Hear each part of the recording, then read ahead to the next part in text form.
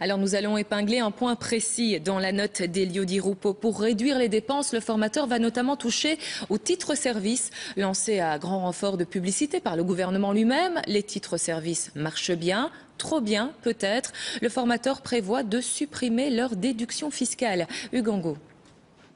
Chaque semaine, Fazilé vient ici faire le ménage pendant 4 heures. Michel est très satisfait de ce service à bon prix.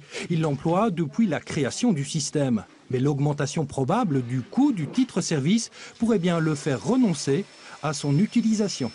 Ça m'étonne que ce soit un parti qui présente son programme en disant qu'il veut travailler pour les personnes qui ne sont pas trop aisées et qui ont des difficultés pour vivre dans leur quotidien, que ce soit lui qui propose une solution pareille.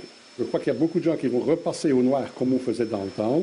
Et je crois que les personnes qui travaillent dans les chèques-services vont perdre leur emploi et que ça va encore augmenter le chômage, et alors qu'il veut diminuer le chômage de 250 000 places.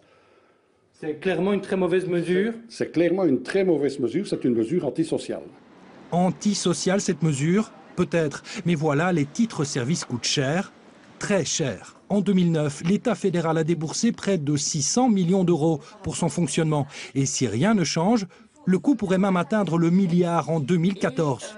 La solution avancée, supprimer la déduction fiscale. L'ordre de prestation passerait donc de 5,25 € à 7,50 €. Une nouvelle plutôt mal accueillie par le secteur. Il y aura certainement un impact maintenant. Bon, ces augmentations, elles ont été connues dans le passé. Il y a eu plusieurs évolutions, plusieurs annonces à ce niveau-là. Je tiens à rappeler aussi que ce n'est pas encore fait. Mais je pense que voilà, le besoin, il est présent. Donc la clientèle continuera à faire appel au titre-service en espérant qu'il ne retourne pas vers l'économie parallèle, qui serait un gros problème, effectivement. Depuis la création des titres-services, on estime que plus de 100 000 personnes ont été mises au travail.